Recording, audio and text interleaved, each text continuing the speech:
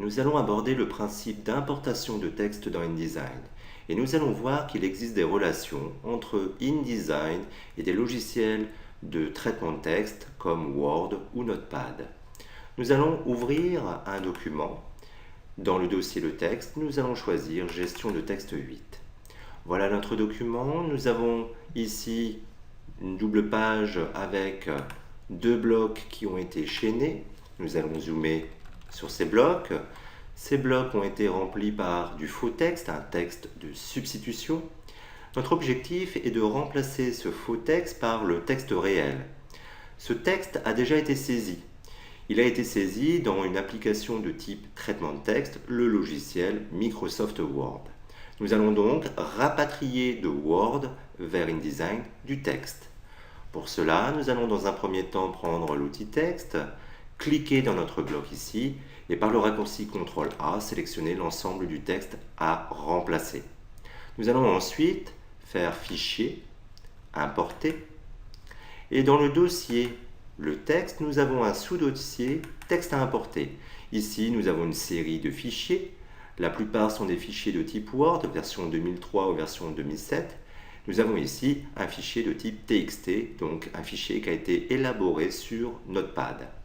Nous allons choisir le fichier qui est ici.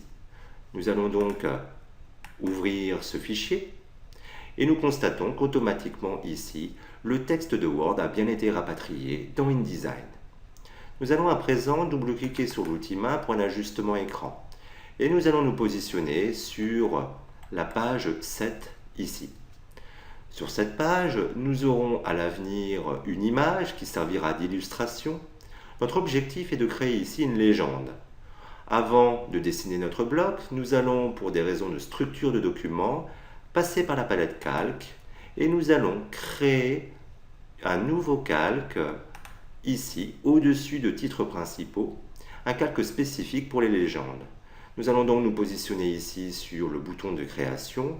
Avec la touche de notre clavier Alt, nous allons cliquer et nous allons pouvoir nommer immédiatement notre calque. Nous validons et nous masquons notre palette. Nous allons à présent dessiner notre bloc texte comme ceci. Nous allons zoomer sur ce bloc pour l'ajuster au repère de maquette. Voilà, j'utilise donc l'outil de sélection pour cela. Notre bloc est prêt. Nous voulons donc importer dans ce bloc un texte qui a été saisi sous Word. Nous allons, dans un premier temps, regarder sous Word ce texte, vérifier ce texte.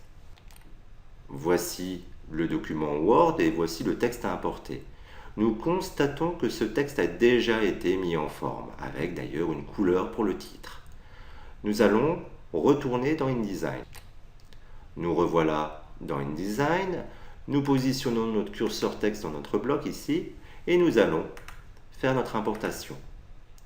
Nous allons donc choisir ce document et nous allons double-cliquer dessus.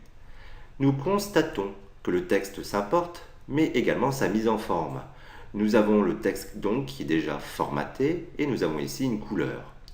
Si nous regardons de plus près le nuancier, nous constatons que nous avons ici la couleur qui a été greffée dans le nuancier, c'est la couleur Word.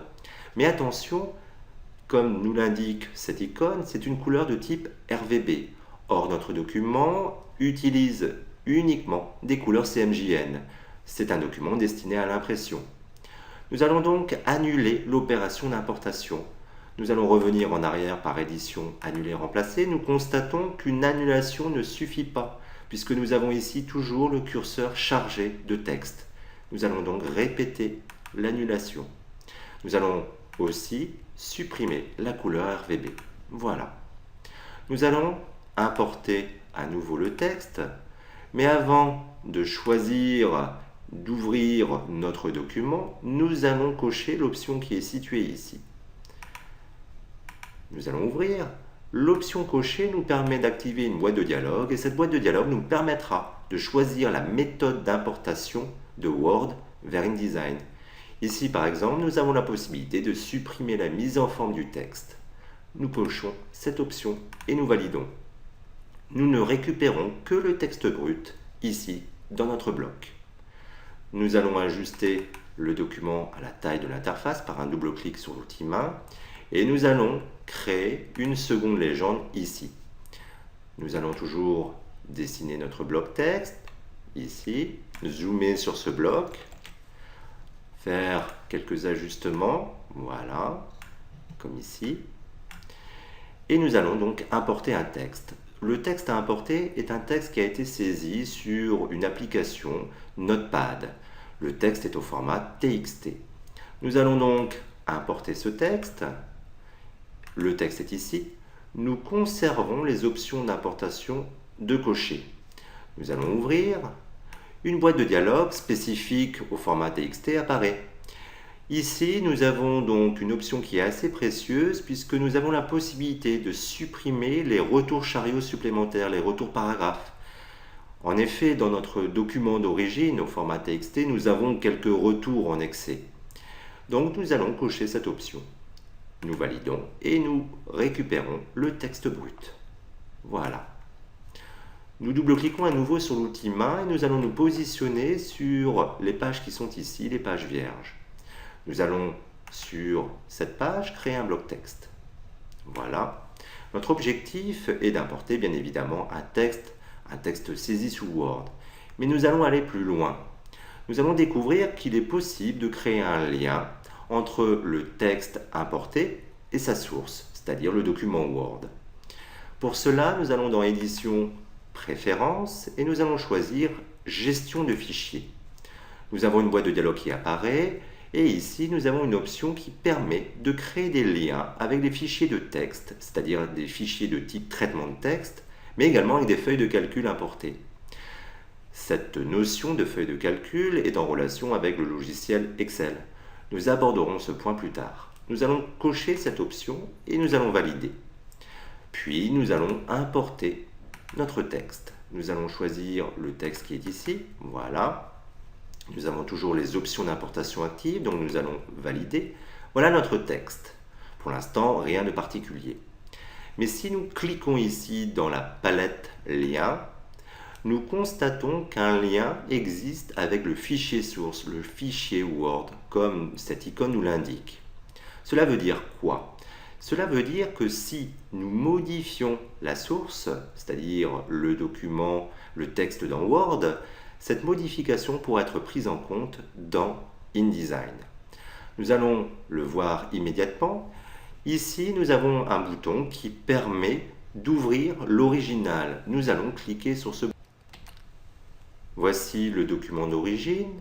Nous allons appliquer quelques modifications sur ce document. Voilà, une couleur, mettre en gras ce texte, augmenter la taille par exemple. Nous allons enregistrer cette modification et nous allons fermer le document. Nous revenons sur InDesign. Nous constatons qu'automatiquement la modification a été prise en compte. Si InDesign n'avait pas été ouvert et que nous aurions modifié ici la source, nous aurions eu ici un point d'exclamation qui nous aurait indiqué qu'une modification avait été apportée sur la source. Il nous suffirait alors de cliquer sur ce bouton pour prendre en compte cette modification.